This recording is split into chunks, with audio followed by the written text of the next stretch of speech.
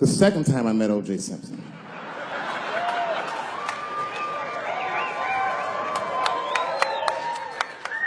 was right after the trial of the century. There I was, now a young man of probably 23.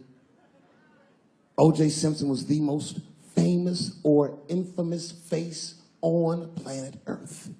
I was in a restaurant in Beverly Hills with my agents. I wasn't alone in the restaurant, but I was alone. I was the only black person in the restaurant. And in the 90s, that felt very uncomfortable. Now I tend to enjoy it at this age.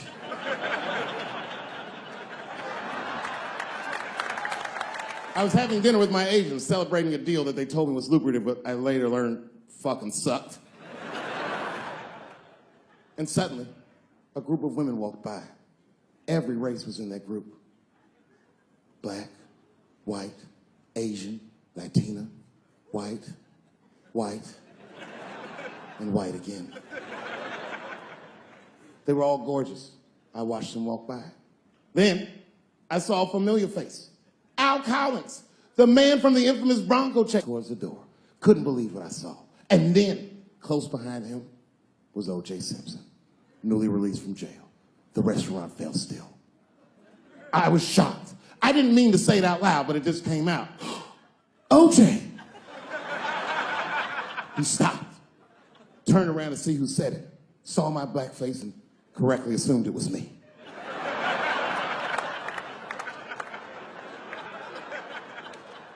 I was sitting in the corner of the booth. He leaned over all the white people I was having dinner with and shook my hand. "How are you, young man?" He looked in my eyes, and I could see in his eyes that he didn't remember meeting me the first time. And then he walked away. And I looked back at my agents, and all of them had nothing short of disgust on their faces. And the only one with the courage to voice their disgust was a woman named Sharon, who used to represent me. "How could you," she said. "How could you shake hands with that murderer?" I said, "Sharon, with all due respect, that murderer ran for over 11,000 yards.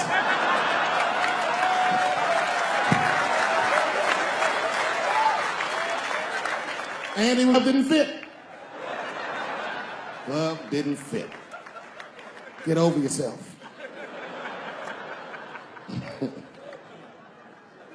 Some people can't do that. Some people just can't get over themselves. Gay people have a hard time doing that recently. Here we go. Here comes the deep water.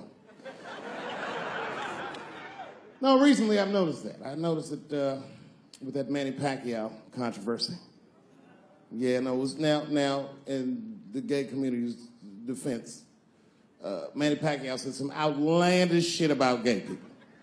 Very, very not nice things that I won't repeat, but there was biblical verses and some analogies to animals. Wasn't a good look. Nike took his shoes immediately, which I thought was a little harsh. A little harsh. You know what I mean? Because he's, just because he's Asian. You know what I mean? Fuck, you gonna take shoes off Asian dude to appease a gay dude. You know what I mean? No? You don't know what I mean. But Asian people kind of know what I mean. No? No Asians in the front? No? No, this is what I mean. Okay, look, okay, you're an Asian dude. No, I say this with no disrespect. But we're all Americans, right? And we can agree that America has a huge body count all over the world, but nowhere more than Asia. Literally, if you look at history, recently, we have bombed the masculinity out of an entire continent. We dropped 2 atomic bombs on fucking Japan, and they've been drawing Hello Kitty and shit ever since. There's a lot of lady boys in the wake of our bombs. And I know these things because my wife is Asian. She's Filipino. All right, well, okay, so that explains it. Now you know why you see me at all those Filipino events. I'm not there picking up pussy, I'm dropping some off.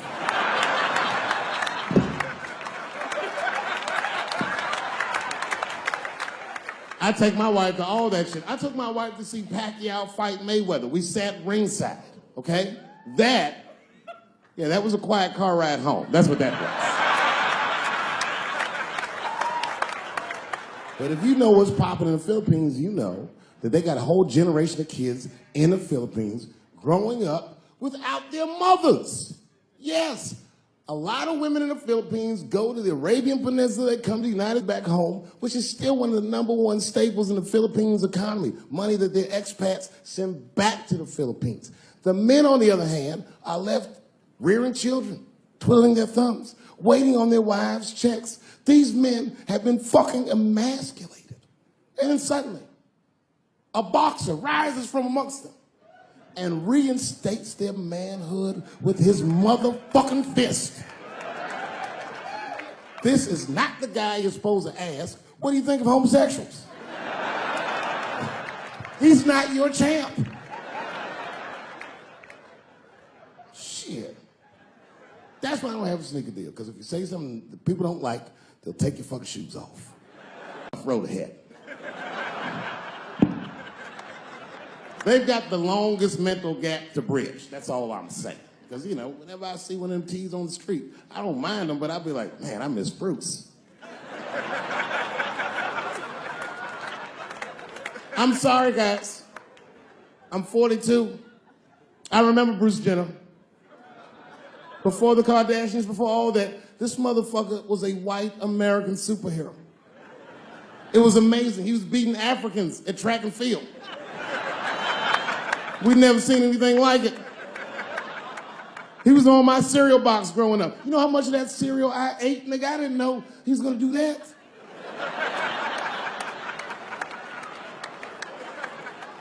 I knew before you guys knew.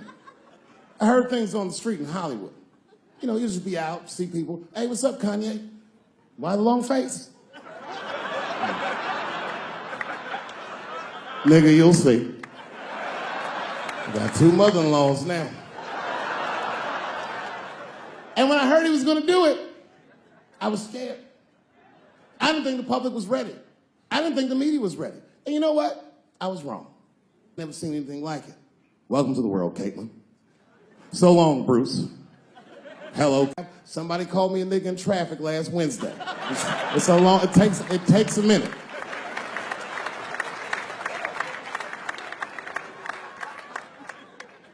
My wife's friend, Stuart, told me that. My wife has a lot of gay friends. Stuart's their leader. She has a lot of gay friends.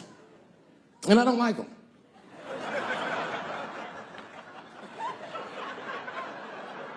Not because they're gay, I'm just judging them on the merits of their character. They're just not nice dudes. They're fucking rude house guests. They're sitting on my couch, giggling with my wife, eating my motherfucking macaroons. And I come in, they act like the party's over. Hey, Stuart, what's going on? This guy talks to me the way a cat would speak if a cat could talk. Hi, David.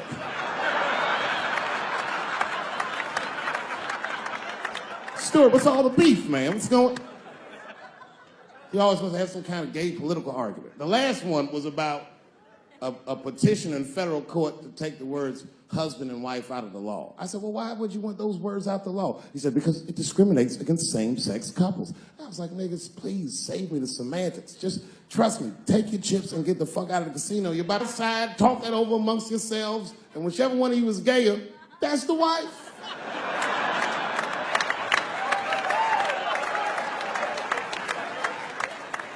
No, Stuart didn't like that. Stuart educates me about this movement, you know what I mean? I didn't even know shit about it. He told me it's called LBGTQ.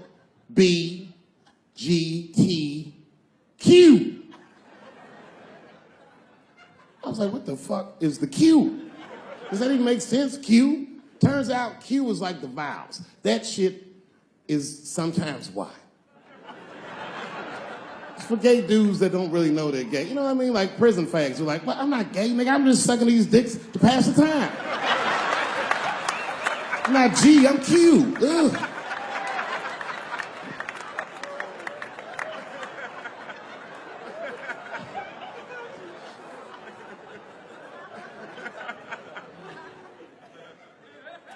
I think, okay, again, of all those letters, the T has the toughest road ahead.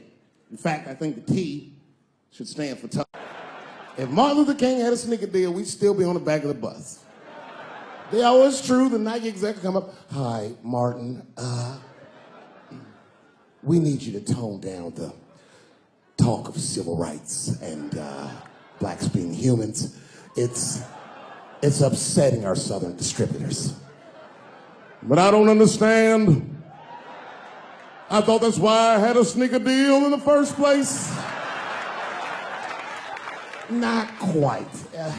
Really, it's a walking shoe, and we like the marching, but try to understand. Fuck that shit. You know, I get it, though. I understand why gay people are mad, and I empathize. You know what? I'm just telling you, this is a black dude. I support your movement, but if you want to take some advice from a Negro, pace yourself. These things take a while. Just because they passed the law doesn't mean they're going to like it. Brown versus Board of Education was in 1955. I was shocked. Is this happening? Wait a minute, is this a time in American history when an American can make a decision for themselves, and even though other Americans don't understand it, they'll support it, and let this person live a happy life? Is this what's happening? If it is, then good for America. That's Dave Chappelle, the American. Although Dave Chappelle, the black American, he was a little jealous. I was like, how the fuck are transgender people beating black people in the discrimination Olympics? If the police shot half as many transgenders as they did niggas last year, it'd be a fucking war in LA. I know black dudes in Brooklyn, hard street motherfuckers that wear high heels just to feel safe.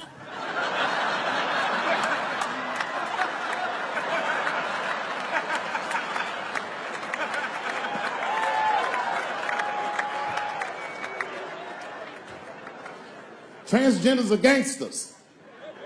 I used to do business with a transgender in Hollywood. Man, everybody would be scared of her in the boardroom. She'd walk in there, newly minted woman, high heels, purse. Shit.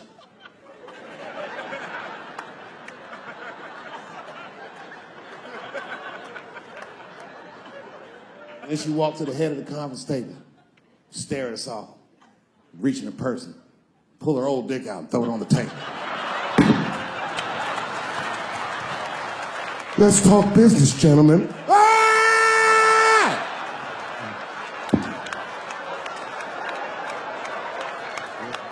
Shit is scary as fuck. If your best friend pitched that to you, you'd be horrified. Yo, nigga, let's go to the hospital and cut our dicks off and make pussies out of them shits. What? Can't we just get matching jackets or tattoos or something? Sure, that's what you want to do? There's only one way to find out, nigga. Woo, tang, bow, bow. Let's go to the club and trick niggas into fucking us, yeah.